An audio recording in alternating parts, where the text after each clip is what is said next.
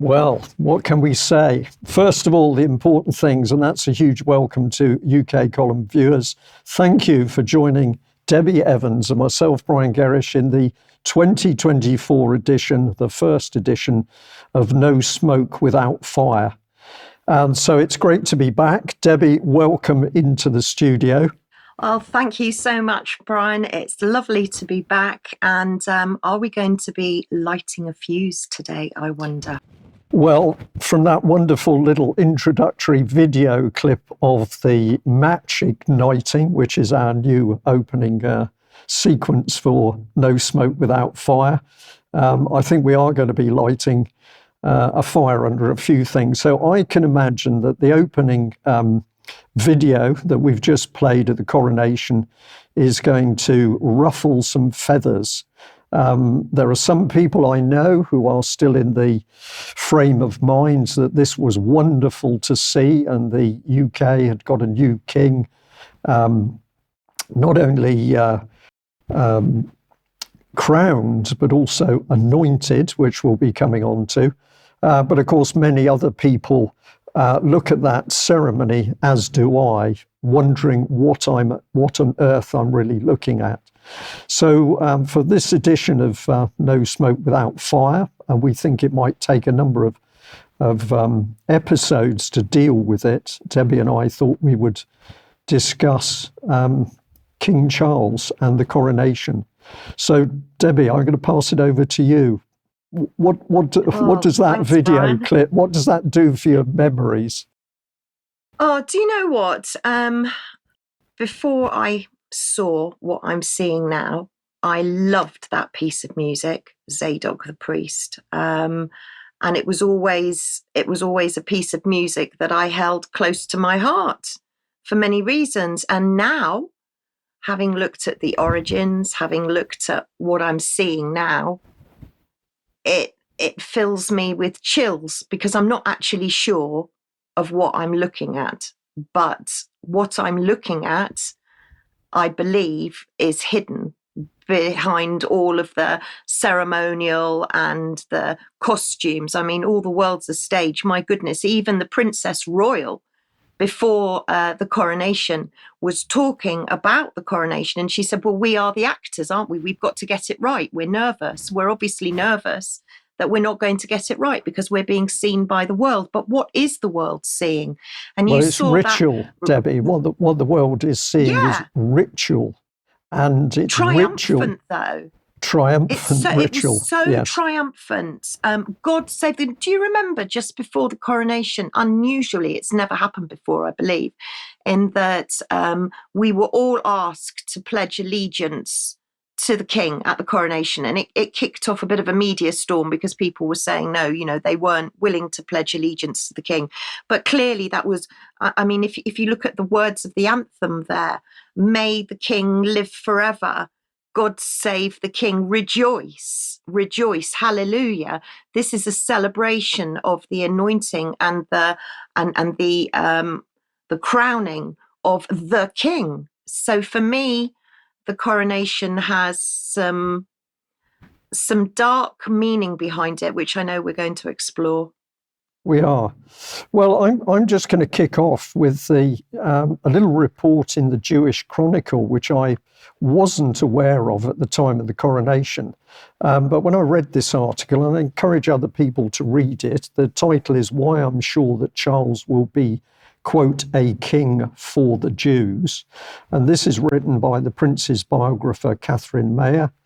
And she's reporting on, quote, how our next monarch could transform Jewry. So I found this very, very interesting article, and there's a little bit of text that I'll read here. It's hardly surprising, given that the Prince of Wales' relationship with the community famously began at birth. She's talking the Jewish community. He was circumcised by leading Merle Rabbi Jacob Snowman. Instead of the royal physician, he enthusiastically recounted his close friendship with Lord Sachs, who he met on a plane to Rabin's funeral. At a dinner honouring the former chief rabbi, he was the first royal to attend a chief rabbi's inauguration ceremony that of Ephraim Mirvis, at which he wore a blue velvet kippah with the Prince of Wales feathers badge. And speaking at a Holocaust Memorial Day event last week, he described the Shoah as a warning to all of us. I was simply completely unaware of these deep links through to the Jewish community. And I certainly didn't understand that the Jewish community were looking at the crowning of Prince Charles as if, maybe I'm taking it too far because she chooses her words very carefully, but almost as though he's going to be a new king of the Jews, for the Jews. And this was nothing that seemed to appear in Western press, although it was an open report here in the Jewish Chronicle. What do you make of this, Debbie? Well, when I first started deep diving into this whole subject, I was as surprised as you, to be honest, Brian. I mean, and then I found it actually on the royal family, and we'll come to that on the royal family website, and we'll come to that maybe later. But it appears that all male heirs in the royal family are circumcised. And I think there was a bit of controversy surrounding the Princess of Wales, Diana, when Prince William was born, because I don't think that she was wanting this to happen for Prince William. So there was controversy around that. And I think Prince Harry's written about it in his book, Spare. But let's not forget too, with that article, Prince Charles is different from the Prince of Wales, for example, that we have now, in that when Prince Charles, what I should say is that Prince Charles was one of the only Prince of Wales's invested. So in 1969, he was invested by the Queen. And this was an open air ceremony at Carnarvon Castle, surrounded by the Welsh flag with the red dragon. There's a lot we could say about the investiture, but that makes Prince Charles, the then Prince Charles, almost hierarchically higher, if you like, as this very special prince. So when I read that article in the Jewish Chronicle, I wasn't altogether surprised, because he has got a very deep and meaningful relationship with the Jewish community. In fact, I think he's just actually knighted the chief rabbi. So there is a very close Jewish connection, although when he was Prince of Wales, I don't believe he actually ever visited Israel, but he has visited Israel in the last 3 or 4 years, just at the end of his princeship, if you like, before he became king. And he went to the Holy Land as well, and he's planning on another visit to Israel. So there is a very close relationship with Israel and also with the Middle East, as we'll come on to see. Okay, thank you for that. Well, that's an excellent lead into a second paragraph from the Jewish Chronicle article that I've chosen here. He's deeply devout. Religion is incredibly important to him. Part of his philosophy is that there's a kinship amongst religion, that they're different expressions of the same truth, the same God, which is why he doesn't feel that they're at odds with each other. Interfaith and faith are hugely important to him. It's been mistaken for a New Age light form of religion. This adds to the fog of misunderstanding around him, the concerns that he's not a serious member of the Church of England, which of course he is. Now, when I read this paragraph, to me, I automatically read it as a defensive paragraph, but I certainly agree with the lady who's writing there, Catherine Myers, that there is a fog of misunderstanding around him, because his adherence to the Church of England doesn't seem to me to be an adherence to the Christian faith. And this is a man who, in embracing all religions, seems to be embracing all religions in a way that the drive for a one world religion. This is the same path, I think. And I've mentioned this many times over the years, but there's a really excellent book by a man called Lee Penn. And he writes in a very thick book about the work towards creating a one world religion. And to me, it seems that Charles, at least, you can't call him a Christian, he's something different. But I think this little defensive paragraph picked up on the fact that there are people questioning what actually his beliefs are. But I'll add to that, and you picked up on this, that he was anointed with holy oil, which had actually come from Jerusalem. I've taken the CNN report here, but there are other reports. But here's the little headline: holy oil to anoint King Charles III on his coronation has been consecrated in Jerusalem. Now, it was consecrated by two people from the Orthodox Church based in Jerusalem. But nevertheless, we get more of the ritual, and the formula of the oil has been changed, because previously, apparently it contained something from the stomach lining of a sperm whale. That's now been removed, so that this was how do we say, it was an acceptable oil to, I would say, vegetarians, but maybe my analysis is not correct because it's all very foggy. So I'll throw that one back to you, and then I think you've got a little bit here on his plans to beef up the Balmoral estate. Yeah, well, a number of points there. I mean, I'm sorry if this is going to offend anybody watching. I mean, my own mother goes to church every single week and gives her collection and presumes that her collection is going to good causes. But you know what, Brian? There's money. There's money in faith.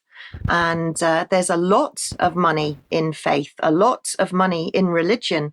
And when you put them all together, that's a big pot of money. So why would you just want to be sort of on one side of the fence without actually sort of moving around in all circles? And this is what we're going to see. We're going to see that Prince Charles is very much a multi-faith monarch. King Charles. King Charles. I mean, for the first time ever, I mean, I could go on for hours about the symbology during the coronation. I mean, there was just so much of it, including the Grim Reaper, for anybody that's watching and thinking, oh, I wonder if Debbie's going to mention that. There's so much symbology in the coronation, but faith is money. And I'm afraid, as we're going to find out, faith to King Charles is nature, the environment. And when you get people worshipping the planet and worshipping nature through religion, then you start to see things that maybe they were trying to keep hidden. And that's what we're going to be exploring, I think, with this one world religion. Is it the environment? And of course, at the coronation, he had all members of faiths. He had 5 of the major faiths present, which we never had in previous coronations. So you had the leaders of the Roman Catholic Church, the leaders of the Sikh, Hindu, Islam, I think. There was invitations to everyone from all faiths. So defender of Church of England, no, he said he's defender of faith. So that includes everybody. And like I say, there's a lot of money to be made through faith. Yeah. So if I just throw this one at you, do you trust King Charles? No. No. And I've met him. You know, I live in Cornwall, which is a duchy. So Prince Charles, as he was then, was a prince for many years, the longest heir in waiting. And as such, he relied on the Duchy of Cornwall for the public purse. He relied on the money that came from Cornwall to pay for all of his private engagements and all of his public engagements. And yet Cornwall is one of the poorest, it's the second poorest area past Lithuania in Europe. Does Cornwall get anything back? Does he do anything for Cornwall? Does he do anything for anybody? I've met him. Do I trust him? No. No. Well, I've got to say, I feel the same. I certainly don't trust him. I certainly don't think that he's got the best interests of the United Kingdom in his mind. His mind is absolutely with the global agenda. I don't trust his position on religion, because I think that he's moving us towards something which actually is offensive. Ultimately, it's offensive to all the major world religions because it's all about the control of mankind. But I do not see how King Charles can be a Christian. And personally, I don't believe he is a Christian. Now, I can imagine a few hackles going up, maybe in the audience, but that's my position. And if somebody can convince me otherwise, I'm very happy to listen to it. But the ritual, what was actually happening in that big pantomime, I'd really like to understand more. And I think the research that you've done is going to take us deeper, at least, into what this man is. And maybe that will help us get around the fog that his biographer said existed around him. So what is the good man going to do to the estate in Balmoral? Well, we're going to use public funds, of course, your money, and we're going to restore it in a carbon plan with the help of £650,000, actually. So this is apparently going to generate money for the Cairngorms community. It's the green finance model. So the green king strikes again. But, you know, we look at this sort of model. He uses models everywhere. You know, he has model villages, model towns. We've got one here in Cornwall. There's Poundbury as well. He creates models for people then to say, okay, well, we'll pay into this. So we'll have that model rolled out everywhere. And this is just another model at our cost. Yeah. And you've mentioned the poverty in Cornwall, which is absolutely true. Of course, you know, the duchy estate, he's moved on from now as king, if I understand that correctly. But in his day as Prince Charles, of course, thousands and thousands of hectares of land in the duchy, and what was actually coming back for the people of Cornwall. By sheer coincidence, as I drove up to the column, the UK column this morning, there was a duchy timber lorry delivering to one of the builders merchants a little bit down the road. And it was the first time I'd seen a duchy timber lorry, but I thought, yeah, that'll be some of the trees harvested off the land and sold for profit for the duchy. None of it is going to be coming back to the people. So is this a caring king? I don't think so. But no. Apparently he's good at writing letters. Well, you know, this has just been released, actually, the news that his letter of thanks to Jimmy Savile is going up for auction. His Majesty shows appreciation for a gift and seeks guidance over hospital donation in handwritten correspondence with the disgraced DJ. I mean, you know, talk about in your face. And we know all about his spider letters. He was very good when he was Prince of Wales at writing letters. And I think the question goes is who would want to ever buy that letter? Who would even want to bid for it, to be honest? Really? No, it should go on the fire. In fact, the match at the beginning of this programme would deal with it very well. Yes, it would. Yeah, 100%. I can't think of anybody. I mean, it sends me chills. You know, who would want that? Who would want it? Yeah, it's dark, isn't it? The mere fact that this transaction should happen is very dark. But if we delve in to get a bit of an understanding of King Charles, we've got to go back and look at family connections and family members, haven't we?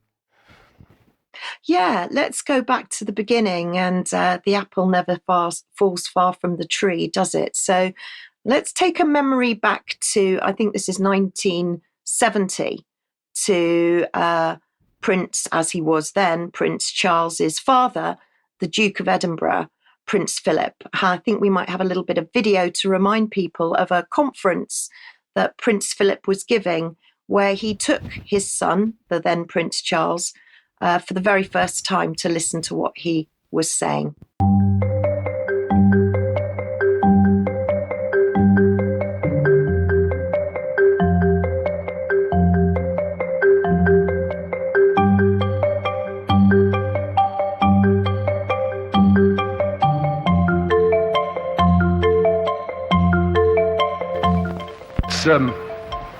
totally useless for a lot of well-meaning people to wring their hands in conference and to point out the dangers of pollution or destruction of the countryside if no one is willing or capable of taking any action.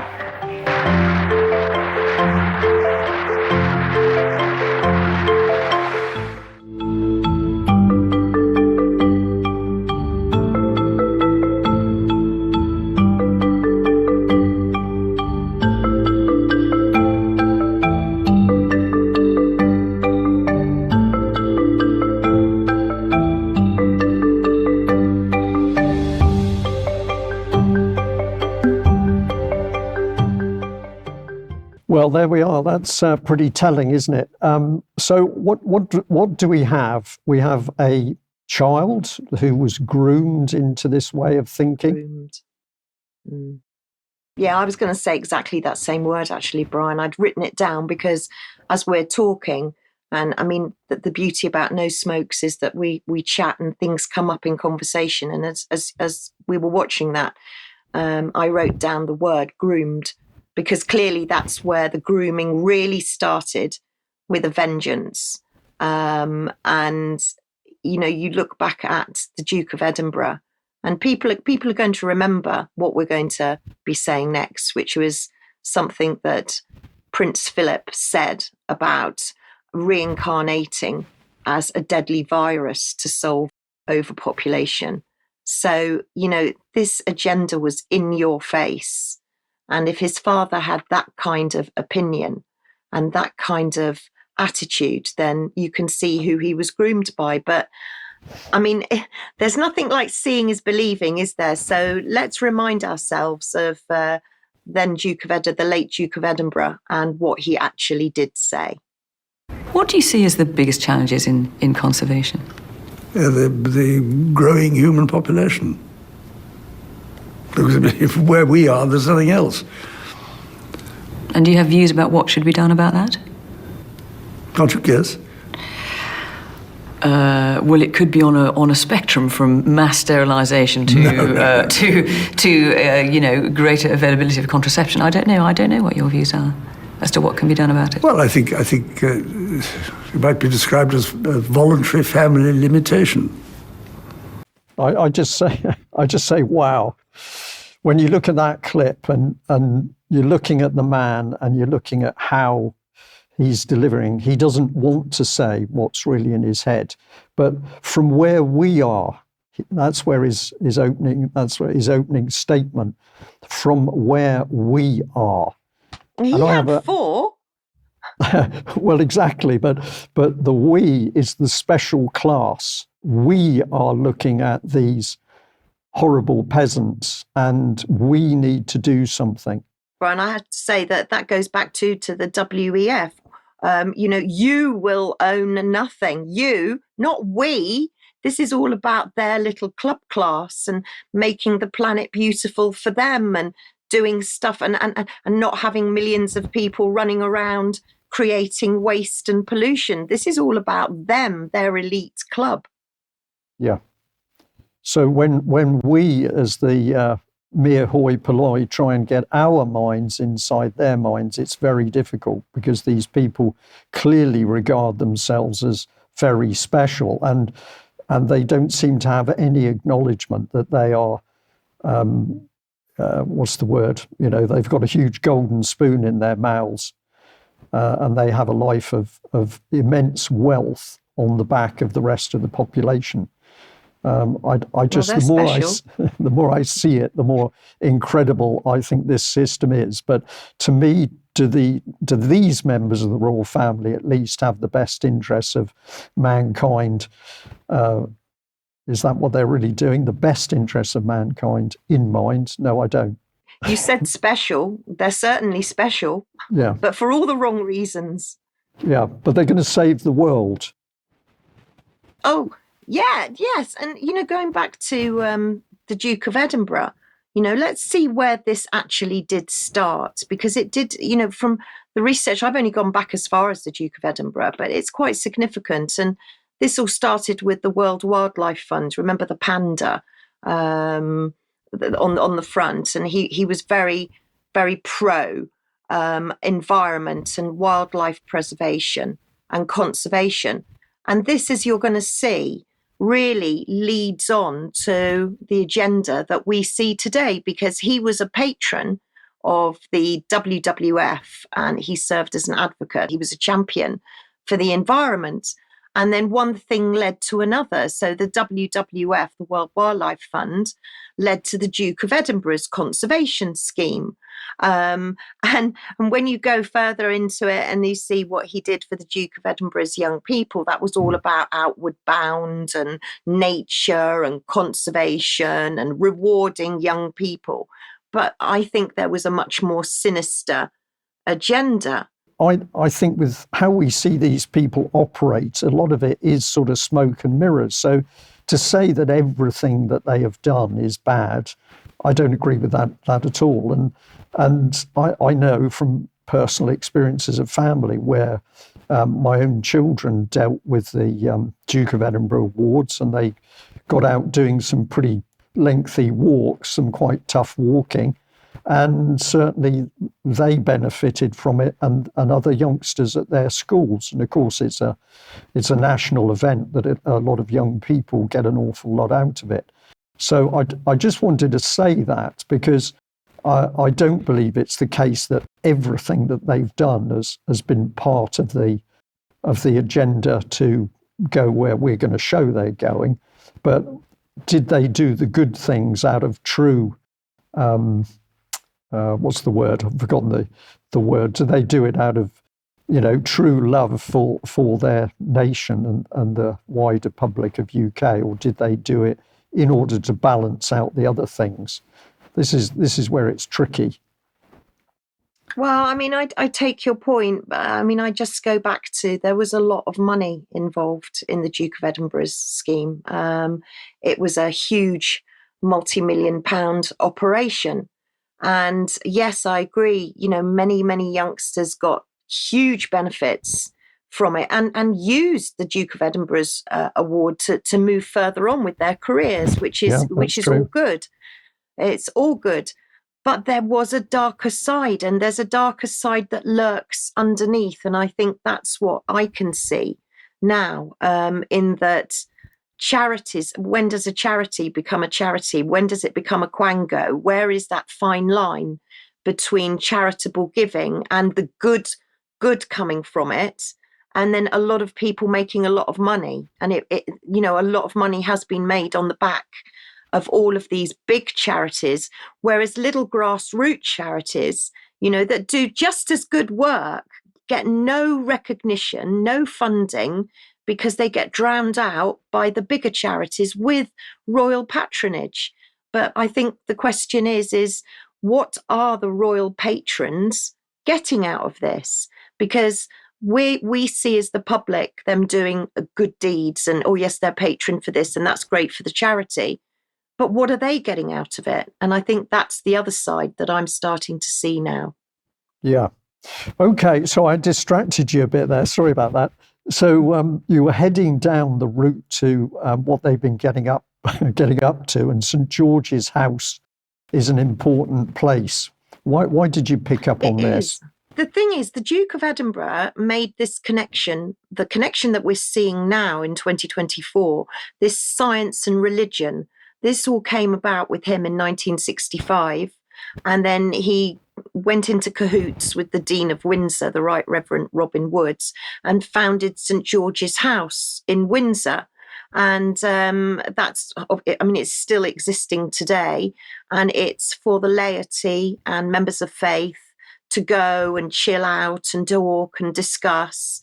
But actually, when you look at St George's House today, you can see that, yes, it is obviously used for clergy as well, but it's governed by the representative knights of the Most Noble Order of the Garter, headed by the Princess Royal and His Grace the Duke of Abercorn. So, and of course, when you think of the knights, you think, oh, Lord Blair, and it starts to get, well, who is actually meeting at St George's House? When you look at the other members of St George's House, there's some very very big names there, baronesses and Dame Caroline Spellman. You can see there, Lord William Waldegrave.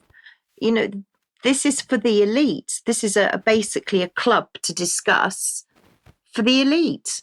And I just started to delve further into the royal family website, and you could see this fusion, because Mike Robinson always uses the word fusion, this fusion between environment and science and faith and religion.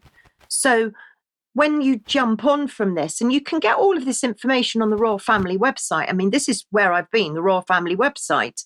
And here you can see that if you jump on in 1986 to celebrate the 25th anniversary of the Worldwide Fund for Nature, there was going to be this conference where it was the Duke of Edinburgh's idea to go to Assisi and host a meeting with 5 main religious communities to discuss about the environment and what they were going to do for the future of the earth, etc.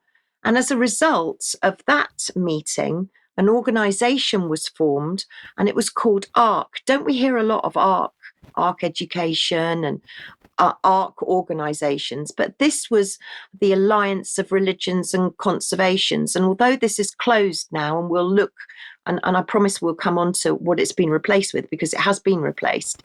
But this was the first organisation really to link all the faiths together. And it was supported by a load of organisations, including the World Bank, including WWF International. I mean, you can see the list there. They were, very, very well supported. But that's the way that this all began. But the organisation of ARC was always under the control, if you like, of the Duke of Edinburgh, Prince Philip. And they had a whole trustee board. You can see some very prestigious names there.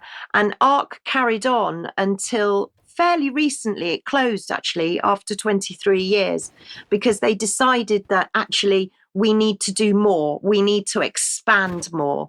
And what's interesting about that slide there, that you can see Prince Philip, what he says on creation: if you believe in God, then you should feel a responsibility to care for his creation. But like I say, ARC closed, and they decided to replace it with this huge organisation and this very glossy website called Faith Invest, which basically brings all the faith groups together to talk about what they're going to invest. I mean, I don't know if you want to butt in there, Brian, because we're going quite fast, and we can see the growth of this science, environment, religion agenda. And the formation of ARC was where it all started. I don't know if you want to jump in and add anything. Well, all I wanted to really say is how fascinating I found this when you started the trail on this. When we got into it and we started to discuss it together, it was utterly fascinating, because it just takes you in deeper and deeper and deeper. Who are these people?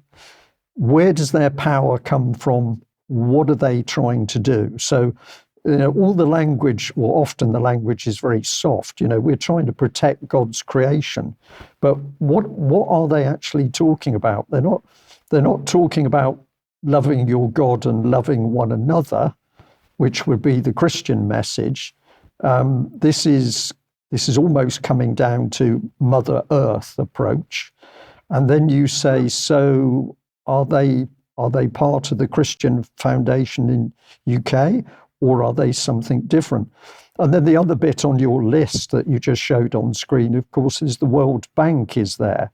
Now, in most of these projects, if you don't see it at the first layer, the moment you delve into it a bit and go into the second layer, you're absolutely going to be seeing all of the world banking system, or elements of the world banking system, supporting these projects. And then I say to myself very cynically, and of course we know how the banks have people's well-being at the forefront of their business activity.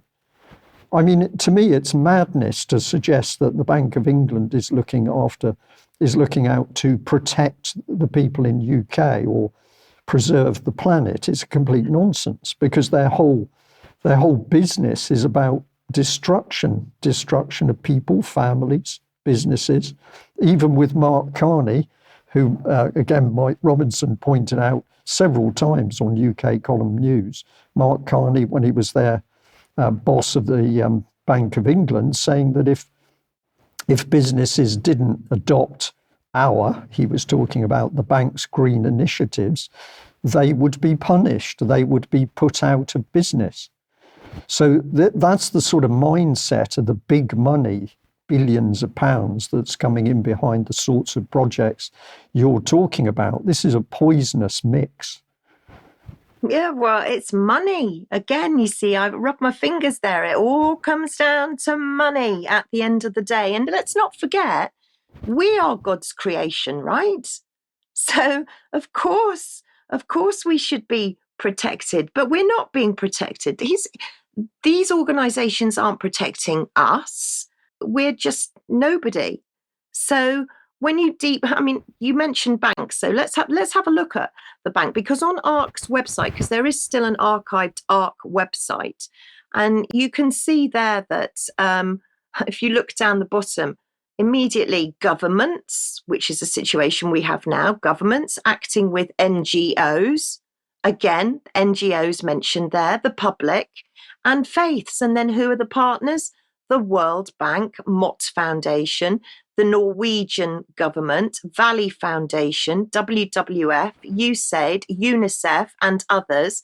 And as we're going to come on in a minute to see, we're going to find Citibank involved in it as well. So when you go to look at the origins, they've got a nice little calendar of the kind of how ARC was moving forward and how it became Faith Invest. And there you can see in 2001, ARC in partnership with Citigroup. So immediately the banks are involved. And then in 2007, they were asked to publish the Atlas of Religions.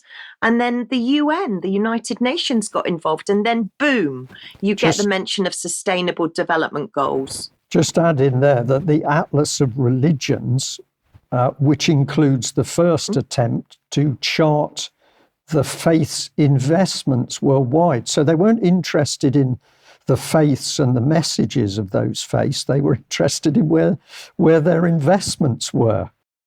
And my brain says you want to know where their investments are, because if you know where their investments are, you can control those faiths via their investments.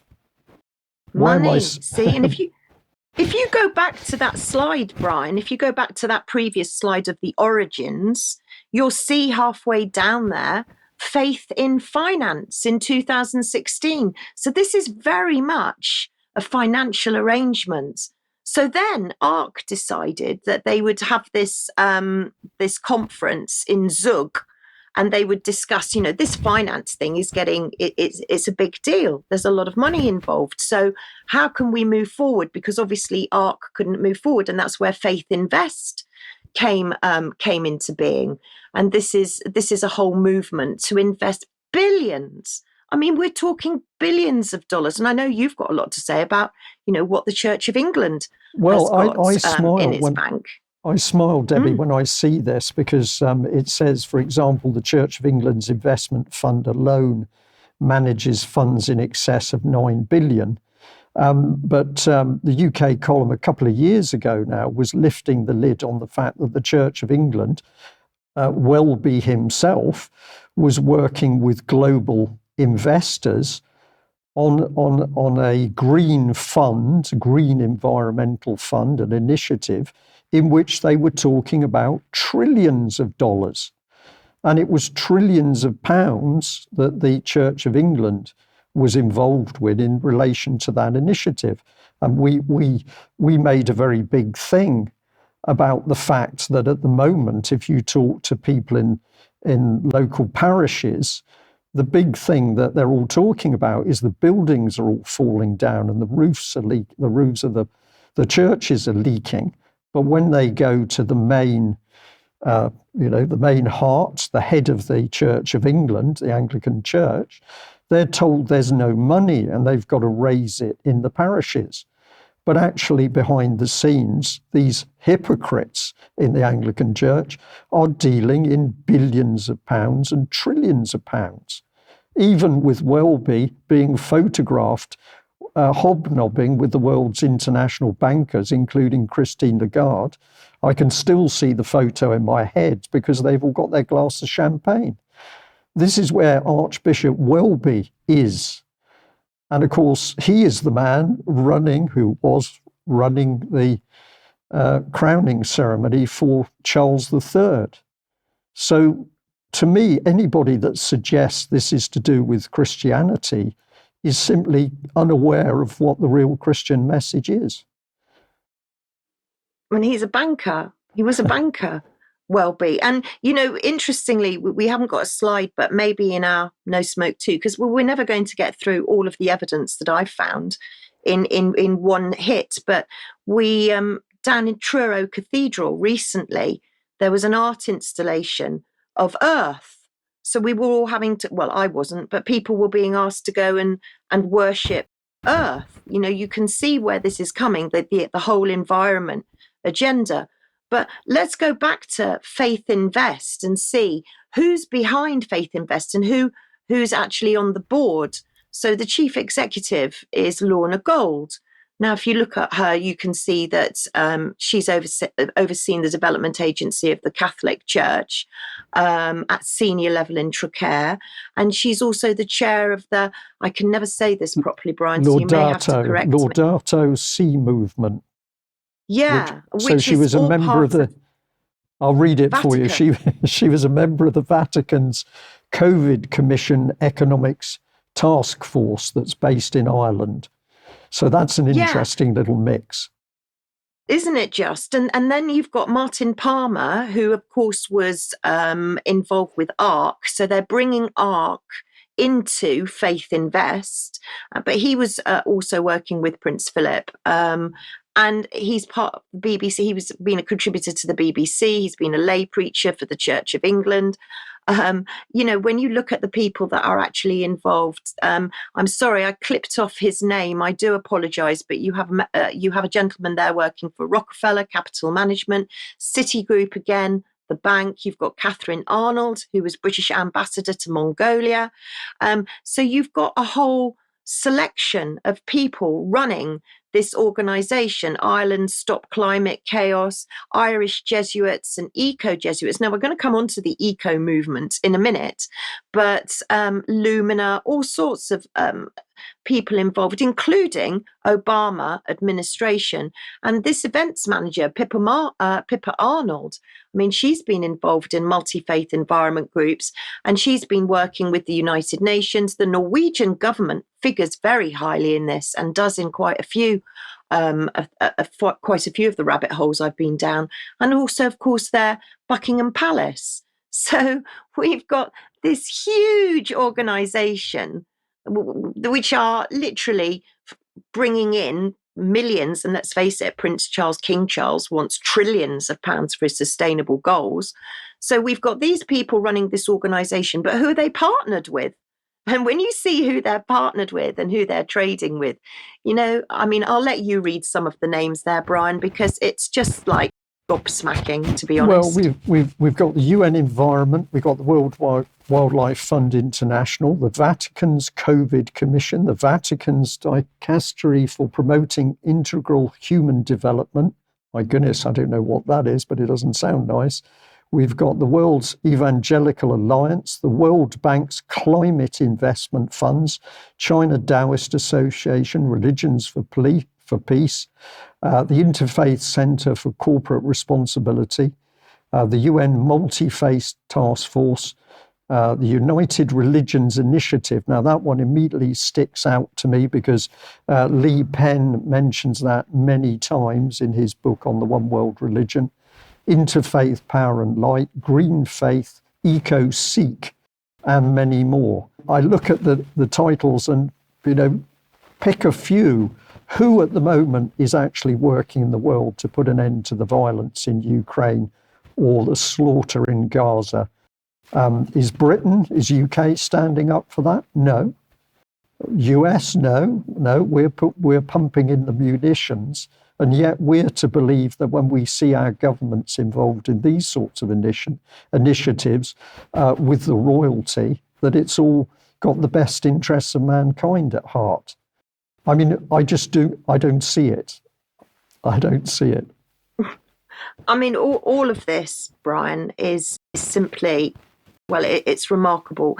The next few slides have got a lot of information on them. So I think it's probably best that we just mention a couple of points and ask people to freeze the screen and read in detail some of the things that you're going to see in the next few slides, because they are quite crowded. But just to give it a little bit of context there. So it says that Faith Group have billions of dollars invested on the global stock markets.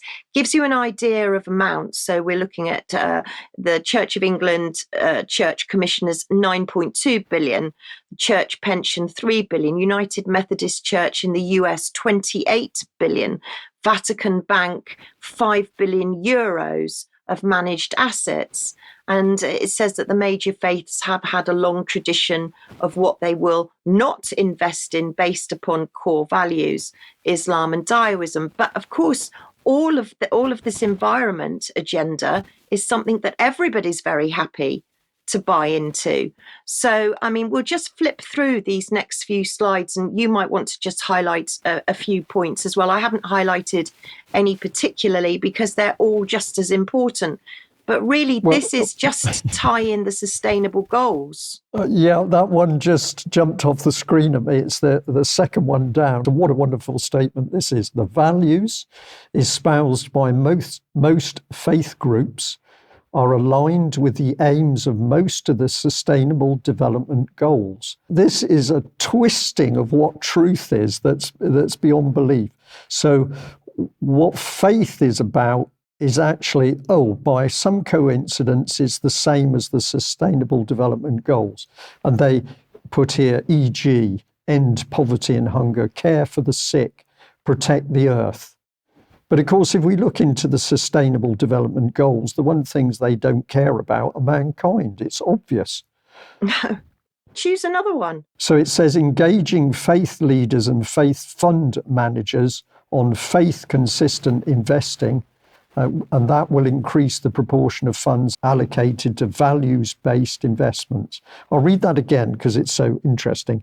Engaging faith leaders and faith fund managers on faith-consistent investing will increase the proportion of funds allocated to values-based investments. So you're going to take money which is held by the faiths, and you're going to ship it across to what they call values-based investments. And the values-based investments that I see around me all the time are to do with everything like climate change, net zero, Agenda 2030, Sustainable Development Goals. Those, they constantly use the mask that they're values-based. Mm. Well, I tell you what, let's look at the evidence. This is a lucky dip.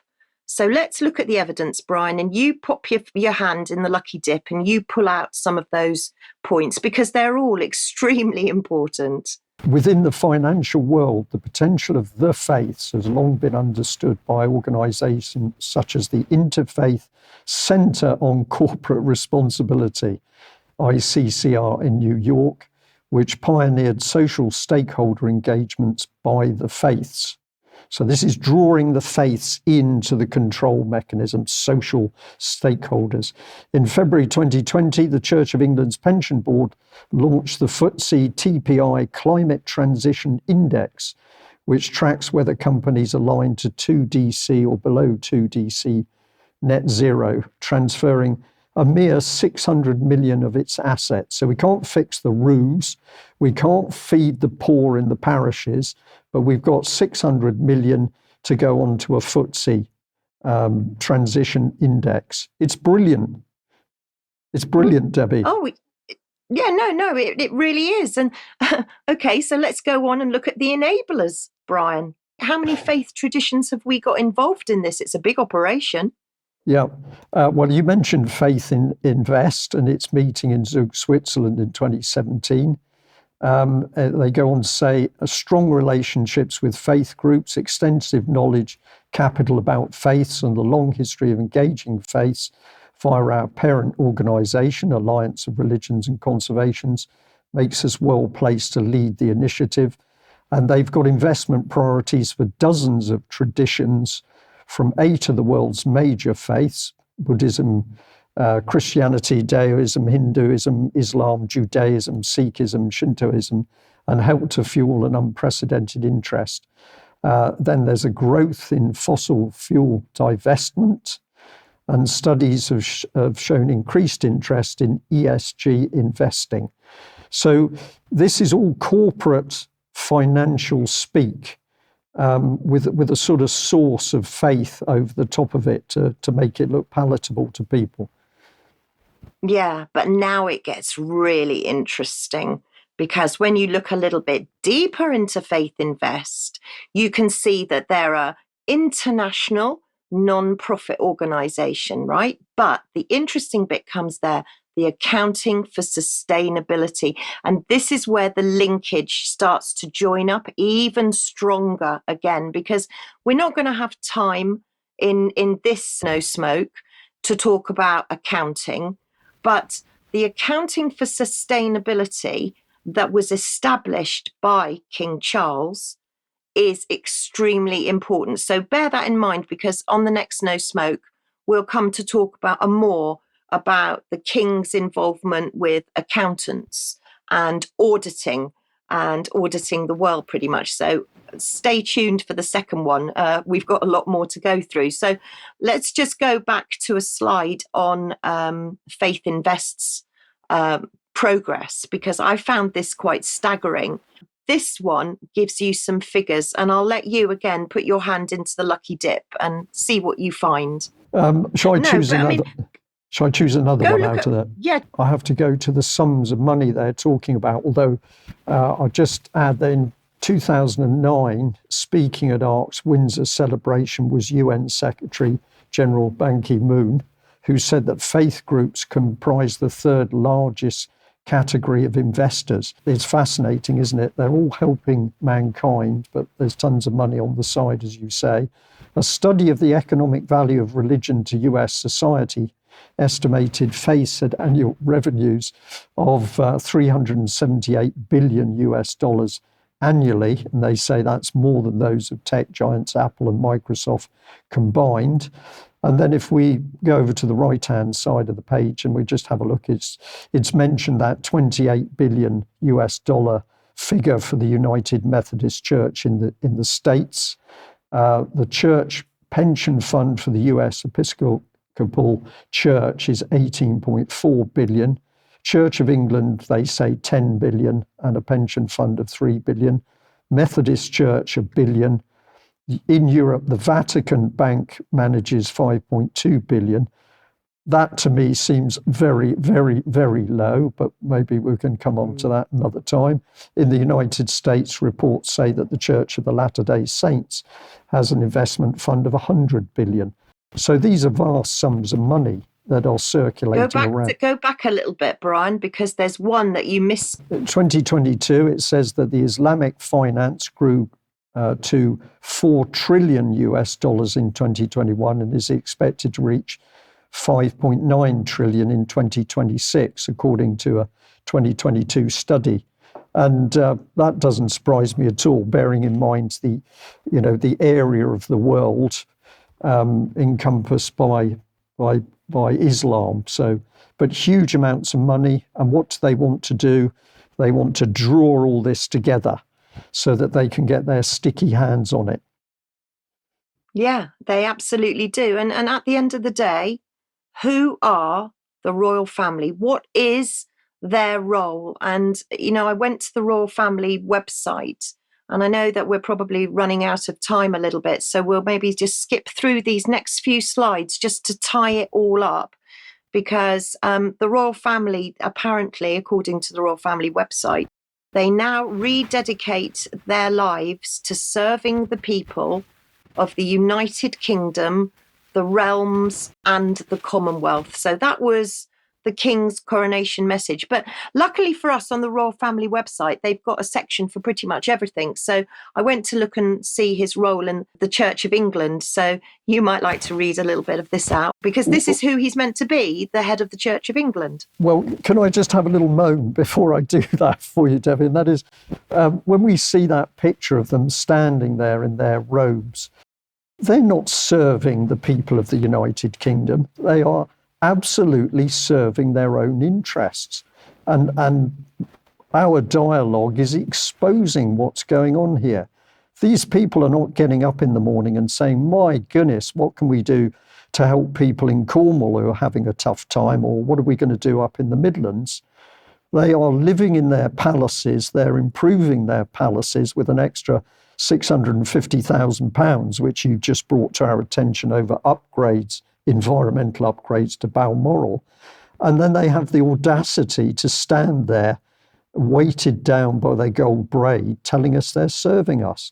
I mean, the hypocrisy is mind-boggling to me. You know, pushed back at me, Debbie, but I've got to the point where I look at these people and I think, my goodness. And there were people fawning over the fact that Charles was being crowned and anointed with the holy oil. I just watched that and I thought, this is something very dark I'm watching, and their hypocrisy echoes that. I'm a bit motivated on this subject, as you can see.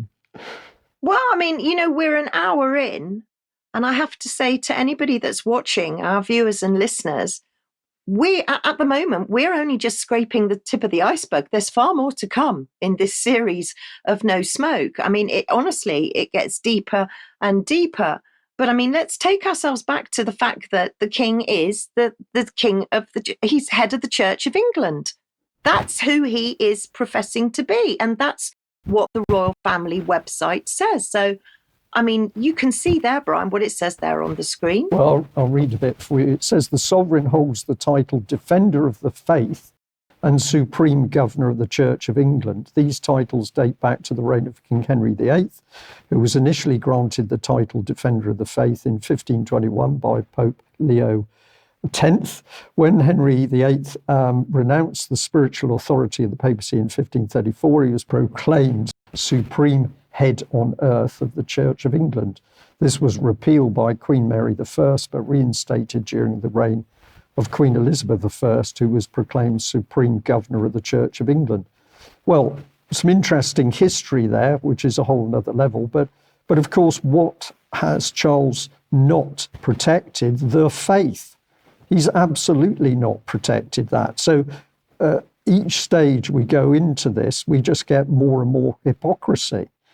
And what was interesting there was the wordage as well, Supreme Head of Earth. On earth, which was interesting. But I mean, you know, being head of the Church of England obviously doesn't reap the king in enough money, because if you go to the Church of England website, they do put up there, they've got 10.3 billion, 1.2 billion, around 20. You can see the figures there, but obviously that's not enough for the king. So that's what he's meant to be head of. And yet, if we stay on the Royal Family website, we can see that they've got, very helpfully, lots of information about the king and other faiths. So you can see there on the screen, you know, this is what is said. I've always thought of Britain as a community of communities. That has led me to understand that the sovereign has an additional duty, less formally recognised, but to be no less diligently discharged. It is the duty to protect the diversity of our country, including by protecting the space for faith itself and its practice through the religions, cultures, traditions, and beliefs to which our hearts and minds direct us as individuals. Yeah. I mean, how much more obvious does it have to be? Yeah. So I'm just going to stress this point, because we still have a pretty big audience of people who consider themselves Christians. But we've only got to look at what they are saying or what's coming out of their mouths or what's printed. And it's quite clear that the Christian religion is not top of the agenda for the royal family. There's something completely different happening. And when we start to look at the massive concern for, I'm deliberately going to use the term Mother Earth, this is not about love for mankind. We're witnessing something different here. But there are many Christian people out there very squeamish about getting into some of these areas. And I think that they've really got to toughen up and start to ask what we're dealing with here. I agree. Look, my mum is 86. She's a holy duster at her church. She polishes the brass and things. She's struggling, and I get that. You know, she's gone to church all of her life. She calls herself, she says she has a simple faith. She doesn't want to hear all of this. I was brought up, I went to church as a child. I went to Sunday school. I was a brownie. I was a guide. I was brought up in the Church of England. It's hard for me to swallow as well. And I get that it's not palatable for many people. But I think when you're putting your collection in the bowl when you go to church, where is that money going to? And why are we doing so much fundraising to keep our churches open when actually now many communities have only got one priest for 6 or 7 churches? They no longer have a priest per church, if you like. They have a whole diocese. So what are the people that are going to these churches getting? What are they paying for is my question. And it is hard. And I agree, it is hard. But when you go on to look at what Charles is doing, you know, and you can see there's another entry on the Royal Family website.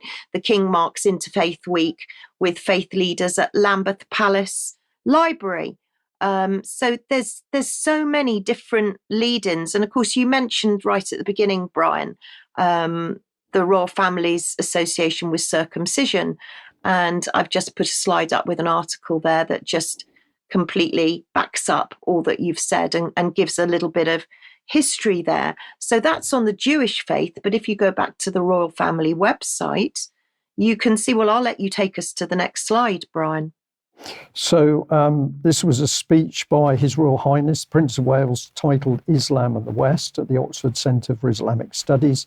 I believe wholeheartedly that the links between these two worlds matter more today than ever before, because the degree of misunderstanding between the Islamic and Western worlds remains dangerously high, and because the need for the two to live and work together in our increasingly independent world has never been greater.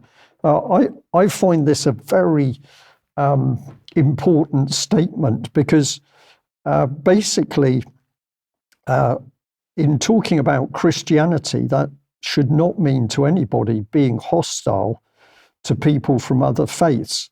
The point I'm certainly making, so let me nail some colours to the mast. The point I'm making is you cannot have a king who says he is there basically to preserve the faith of the country, which is Christianity, by our constitutional setup and by our belief structure, and then play a completely different game hidden in plain sight.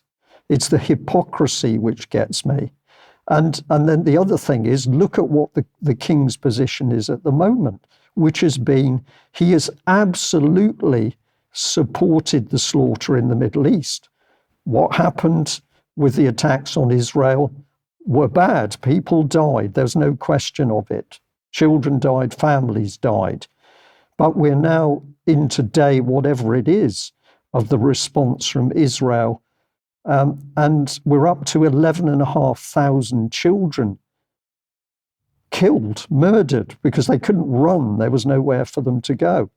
But is Charles supporting Islam in that? Is he looking after the people in Gaza? No, he's simply looking after Israel. So again, what we come to is just unbelievable hypocrisy by this man. And that is so dangerous because it means that he's double dealing. You don't know what is really in his mind and where he's really trying to go for.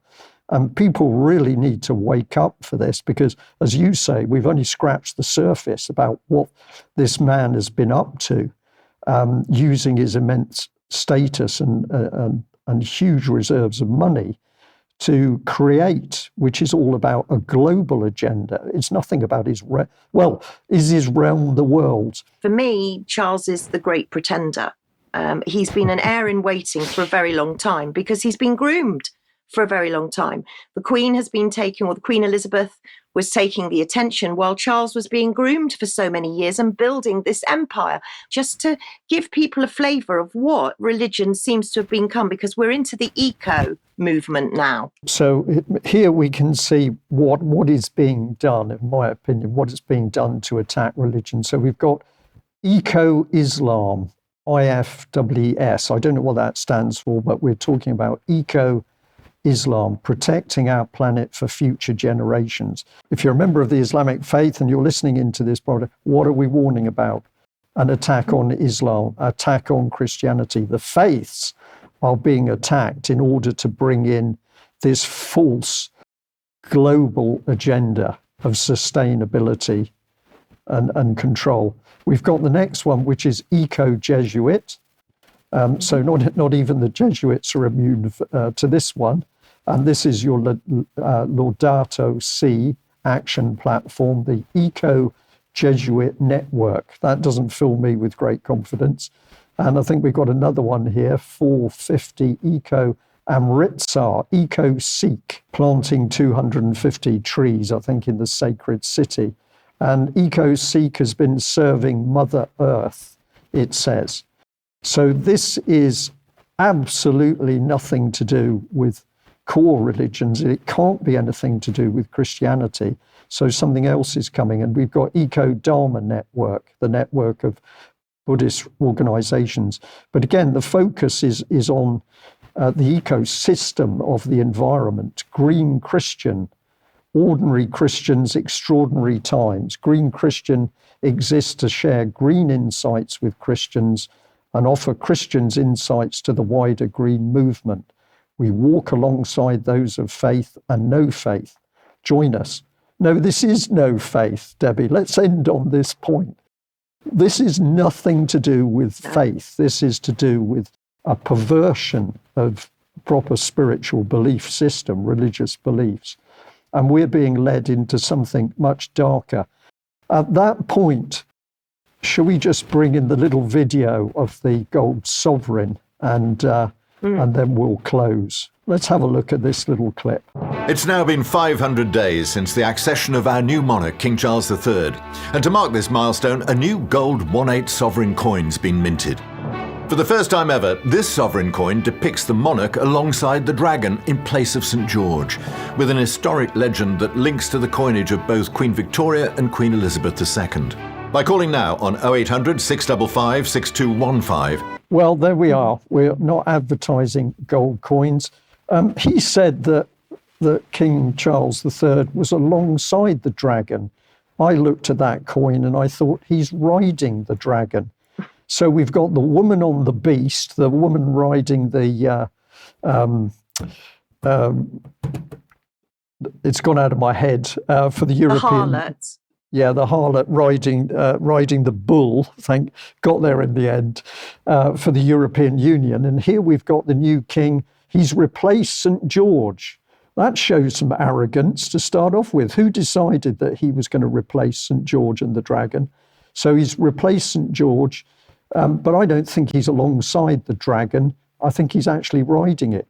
The commentator for that advert clip says towards the end, it rather seems as though he's tamed the dragon. Who do you think the dragon is? Don't start me with that, because I can see so much symbology in it. And I saw that the first thing I saw was riding a dragon. This was a dragon with a forked tongue. And there were the initials. If people want to go back or go and look for an image of it, I don't know who created the coin. Maybe it was somebody just coincidentally with the initials JC. But JC's written at the breast of the dragon. I think you've noticed a couple of another anomalies on that picture. I'll be careful because I didn't have my glasses on, but it looked to me that the orb, the globe that he's holding, that King Charles is holding in his hand, sitting atop it, is a Christian cross. But to my eyes, that cross looks slightly wonky. But I didn't have my glasses on. I'm going to admit my sin. So a lot of things can look a bit... Say that. But the orb, just the significance of the orb being the earth. And I have to say, I know we're finishing up now, but this is just that we're going to go much further. It gets even more interesting the further on we go. So we really have only just scratched the tip of the iceberg to give people a bit of a flavour of where we're going, but there's so much more for people to see and to go and research themselves, because we always say, don't we, Brian, on anything, we're just giving out signposts for people to do their own research, to come to their own opinions, to form their own beliefs. So we're not saying that, you have to think this or do this. We're just throwing out some signposts for everyone to go and look a little bit further. Yeah, great. And I'll just add to that if you're watching us from UK, you need to pay attention because this man is living amongst us. But if you're overseas and you're another religion, you need to pay attention because he's got his eye, I think, on the whole of the lands of the world. This man is not playing about being king of England. He's talking about being king of the earth. And we need to really be aware, very perceptive of what's coming down the pipeline here. We've got to end there. We'll say thank you very much for joining our first 2024 edition of No Smoke Without Fire. If you like it, please send us a comment, send us an email and tell us whether you found this interesting and you like the format. And you might also tell us whether you like the new introduction of the match bursting into flame, but we thought it was brilliant. So well done, Mike Robinson. Debbie, thanks very much for joining me. We'll be back soon for episode 2 of No Smoke Without Fire. Bye-bye. Bye-bye.